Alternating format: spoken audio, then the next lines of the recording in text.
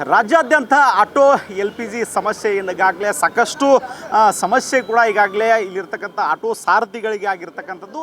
ಅಂದರೆ ಹುಬ್ಬಳ್ಳಿಯಲ್ಲಿ ಕೂಡ ಇದೇ ರೀತಿ ಆಟೋಗಳ ಒಂದು ಪರಿಸ್ಥಿತಿ ಅಂತಂದರೆ ಈಗಾಗಲೇ ಗ್ಯಾಸ್ ಸಮಸ್ಯೆಯಿಂದಾಗಿ ಇಲ್ಲಿ ತಾವು ನೋಡ್ಬೋದು ಸಾಕಷ್ಟು ಸುಮಾರು 100ಕ್ಕೂ ಹೆಚ್ಚು ಆಟೋಗಳು ಇಲ್ಲ ಈಗಾಗಲೇ ಕ್ಯೂನಲ್ಲಿ ನಿಂತಿರ್ತಕ್ಕಂಥದ್ದು. ಮುಂಚೆ ಎಲ್ಲ 65 ರೂಪಾಯಿ ಸಿಗ್ತತ್ತ ಗ್ಯಾಸ್ ಇವಾಗ ಸುಮಾರು ಒಂದು 105 ರೂಪಾಯಿ ಒಂದು ಬಂಕ್ನಲ್ಲಿ ಕೊಟ್ಟರೆ ಹುಬ್ಬಳ್ಳಿಯಾದ್ಯಂತ ಸುಮಾರು ಬಂಕ್ಗಳಿದೆ. ಇಲ್ಲಿ ದೃಶ್ಯದಲ್ಲಿ ಗಮನಿಸಬೇಕಾಗತ್ತೆ.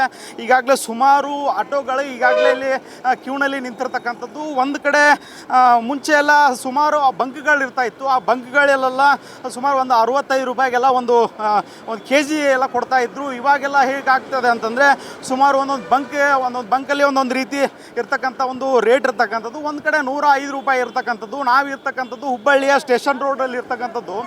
ಸುಮಾರು ಈಗಾಗಲೇ ಸಾಕಷ್ಟು ಇಲ್ಲಿರ್ತಕ್ಕಂಥ ಆಟೋಗಳು ಕ್ಯೂನಲ್ಲಿ ನಿಂತಿರ್ತಕ್ಕಂಥದ್ದು. ಸುಮಾರು ಹೆಚ್ಚು ಕಡಿಮೆ 1 ಕಿಲೋಮೀಟ್ರ್ ಅಷ್ಟು ಇಲ್ಲಿರ್ತಕ್ಕಂಥ ಒಂದು ಕ್ಯೂನಲ್ಲಿ ಇರ್ತಕ್ಕಂಥ ಆಟೋಗಳು ಸಾಕಷ್ಟು ಇಲ್ಲಿರ್ತಕ್ಕಂಥ ಆಟೋ ಡ್ರೈವರ್ಗಳು ಕೂಡ ಸಾಕಷ್ಟು ಅವರ ಒಂದು ಆಕ್ರೋಶ ಕೂಡ ವ್ಯಕ್ತಪಡಿಸ್ತಾ ಇರ್ತಕ್ಕಂಥದ್ದು.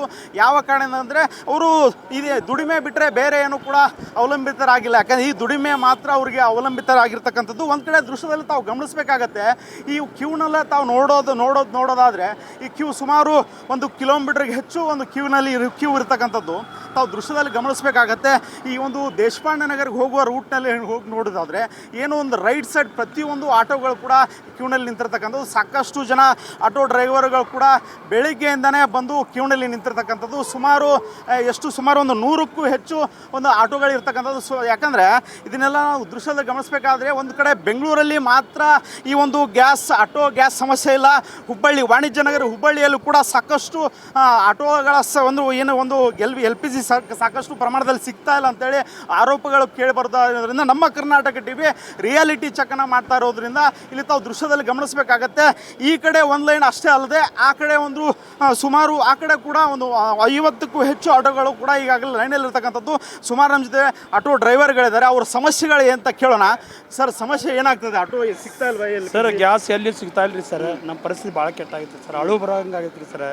ಏನು ದುಡಿಮೆ ಇಲ್ರಿ ಸರ್. ಮುಂಜಾನೆ ನೋಡಿರಿ ಸರ್, ಮನ್ಯಾಗ ಎಣ್ಣೆ ರೇಟ್ ಕೇಳಿದ್ರೆ 180 ರೂಪಾಯಿ ಎಣ್ಣೆ ರೇಟ್ ಕೊಡಕ್ಕೆ ರೊಕ್ಕ ಇಲ್ರಿ. ಆಜು ಬಾಜು ಕಡೆ ಇಸ್ಕೊಂಡು 500 ರೂಪಾಯಿ 1000 ರೂಪಾಯಿ ಇಸ್ಕೊಂಡು ಬಂದೇನ್ರಿ ಗ್ಯಾಸಿಗೆ. ಅಲ್ಲ, ಮುಂಚೆಲ್ಲ 65 ರೂಪಾಯಿ ಸಿಗ್ತಾ ಇತ್ತು. ಇವಾಗೆಲ್ಲ 105 ರೂಪಾಯಿ ಒಂದು ಬಂಕಲ್ಲಿ ಮಾಡಿದ್ದಾರೆ.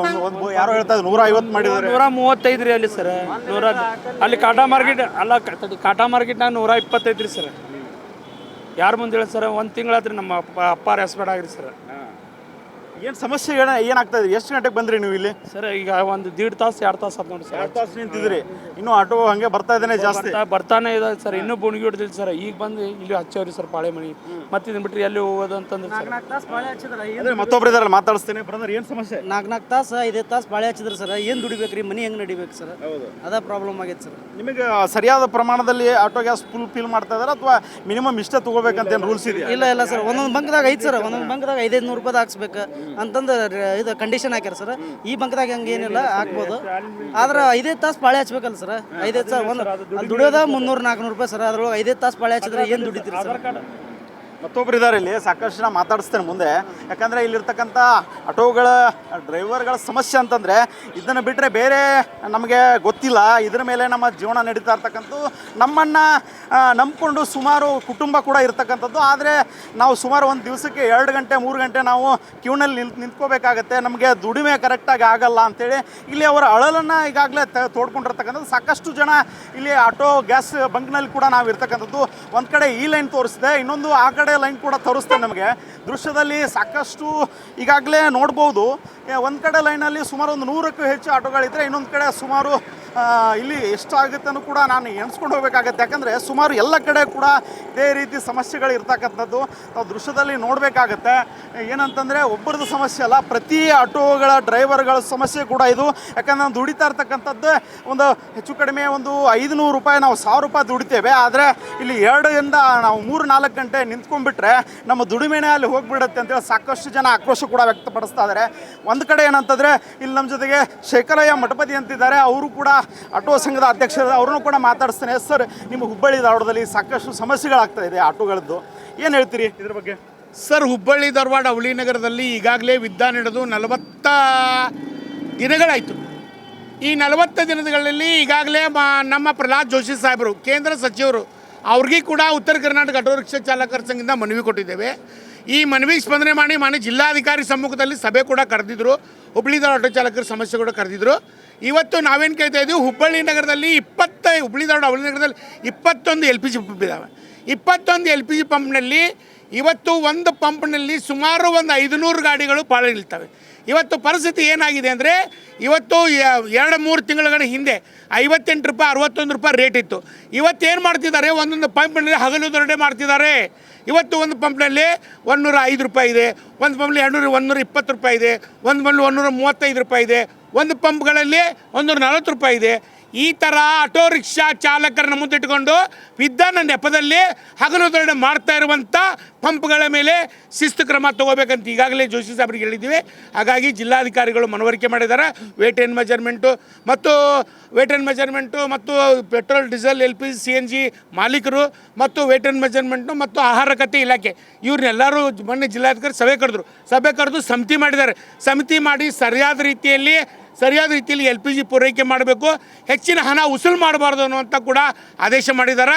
ಇದೇ ಥರ ಏನಾದರೂ ಪಂಪ್ಗಳಲ್ಲಿ ಹೆಚ್ಚಿಗೆ ಹಣ ವಸೂಲಿ ಮಾಡೋದು ಆದರೆ ಇಡೀ ಹುಬ್ಬಳ್ಳಿ ಧಾರವಾಡ ಹುಬ್ಬಳ್ಳಿ ನಗರದಲ್ಲಿ 25,000 ರಿಕ್ಷಾ ಚಾಲಕರನ್ನ ಅದೇ ಯಾವ ಪಂಪ್ಗಳಲ್ಲಿ ಹಗಲು ದೊಡ್ಡೆ ಮಾಡ್ತಿದ್ದಾರೋ ಅಂಥ ಪಂಪ್ಗಳಲ್ಲಿ ಮುಂದಿಟ್ಟು ಹಗಲು ರಾತ್ರಿ ಹೋರಾಟ ಮಾಡ್ತಿದ್ದು ಮಾಧ್ಯಮಕ್ಕೆ ವಿನಂತಿ ಮಾಡ್ತೀನಿ. ಇನ್ನೊಂದು ಪ್ರಮುಖವಾಗಿ ತಾವು ಕೂಡ ಹೇಳ್ತಾ ಇದ್ರು, ಹುಬ್ಬಳ್ಳಿ ಧಾರವಾಡದಲ್ಲಿ 25,000ಕ್ಕೂ ಹೆಚ್ಚು ಆಟೋಗಳಿದೆ ಅಂತೇಳಿ.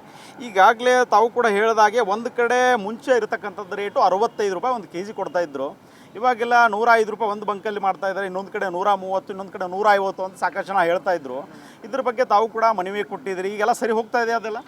ಸರ್, ಈಗ ಏನಾಗಿದೆ ಅಂದರೆ, ಈಗಾಗಲೇ 1 ವಾರಗಳ ಕಳೆದರೂ ಕೂಡ ಮೊನ್ನೆ ಜಿಲ್ಲಾಧಿಕಾರಿಗಳು ಸಮಿತಿ ಮಾಡಿದ್ದಾರೆ.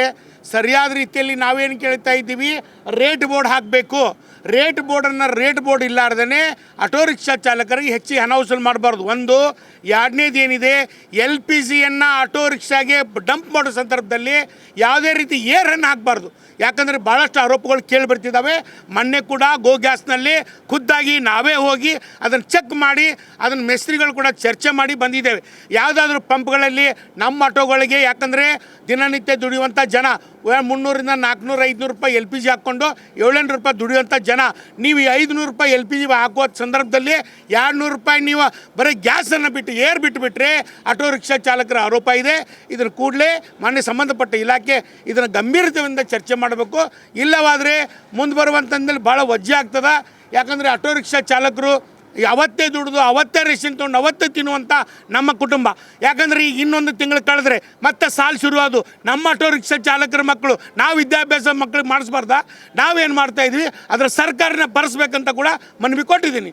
ಈಗ ಮುಂದೆ ಅದಕ್ಕೆ ನಾನು ವಿನಂತಿ ಮಾಡ್ತೀನಿ ಸರ್, ಮಾಧ್ಯಮಕ್ಕೂ ಕೂಡ ಇದೇನು ಅವ್ಯವಹಾರ ನಡೀಬಾರ್ದು. ಈ ವಿದ್ದನ್ನು ಮುಂದಿಟ್ಟುಕೊಂಡು 1ಕ್ಕೆ 3 ಪಟ್ಟು ಮಾರಬಾರ್ದು. ಅಂಥವ್ರ ಮೇಲೆ ಕ್ರಮ ತಗೋತೀವಿ ಅಂತ ಜಿಲ್ಲಾಧಿಕಾರಿ ಹೇಳಿದ್ದಾರೆ. ಕ್ರಮ ತಗೊಳ್ದಿದ್ರೆ ಹುಬ್ಬಳ್ಳಿ ಧಾರವಾಡ ಆಟೋ ರಿಕ್ಷಾ ಬಂದ್ ಕರೆಗೊಟ್ಟು ಹೋರಾಟ ಮಾಡ್ತೀವಿ, ವಿನಂತಿ ಮಾಡ್ತೀವಿ. Sir, thank you sir, Karnataka TV ಜೊತೆ ಮಾತಾಡಿದ್ದಕ್ಕೆ. ಅಂದರೆ ಇಲ್ಲಿರ್ತಕ್ಕಂಥ ಆಟೋ ರಿಕ್ಷಾದ ಸಮಸ್ಯೆಗಳಂತಂದರೆ ಪ್ರತಿಯೊಬ್ಬರು ಕೂಡ ಹೇಳ್ತಾ ಇರ್ತಕ್ಕಂಥದ್ದು ಇಷ್ಟೇ. ಅಂದರೆ ನೀವು ತಿಳ್ಕೊಂಡಿರೋ ಹಾಗೆ ಹುಬ್ಬಳ್ಳಿ ಧಾರವಾಡದಲ್ಲಿ ಅಷ್ಟೇ ಅಲ್ಲದೆ ರಾಜ್ಯಾದ್ಯಂತ ಇದೇ ಸಮಸ್ಯೆಗಳನ್ನ ಈಗಾಗಲೇ ಆಟೋ ಚಾಲಕರು ಎದುರಿಸ್ತಾ ಇರ್ತಕ್ಕಂಥದ್ದು. ಯಾಕಂದರೆ ಹುಬ್ಬಳ್ಳಿ ಧಾರವಾಡ ಅಂತಂದರೆ ವಾಣಿಜ್ಯ ನಗರಿ, ಅಲ್ಲಿ ಹೆಚ್ಚು ಕಡಿಮೆ ಒಂದು 25,000ಕ್ಕೂ ಹೆಚ್ಚು ಇಲ್ಲಿ ಆಟೋಗಳಿರ್ತಕ್ಕಂಥದ್ದು. 25,000 ಹೆಚ್ಚು ಆಟೋಗಳಿದ್ದರೂ ಕೂಡ ಇದೇ ರೀತಿ ಸಮಸ್ಯೆ. ಅಂದರೆ ತಾವು ನೋಡಬೇಕಾಗುತ್ತೆ, ಈಗಾಗಲೇ ದೃಶ್ಯದಲ್ಲಿ ತಾವು ಕೂಡ ನೋಡಿದ್ರಿ. ಮುಂದಿನ ದಿನಗಳಲ್ಲಿ ಇದು ಸಮಸ್ಯೆಯನ್ನು ಯಾವ ರೀತಿ ಇಲ್ಲಿರ್ತಕ್ಕಂಥ ಅಧಿಕಾರಿಗಳು ಬಗೆಹರಿಸ್ತಾರೋ ಕೂಡ ನಾವು ಕಾದು ನೋಡಬೇಕಾಗಿರುವಂಥದ್ದು. ಕ್ಯಾಮ್ರಾ ಪರ್ಸನ್ ಹೇಮಂತ್ ಜೊತೆ ಸಂಗಮೇಶ್ ಸತ್ತಿಗೇರಿ, ಕರ್ನಾಟಕ ಟಿವಿ, ಹುಬ್ಬಳ್ಳಿ.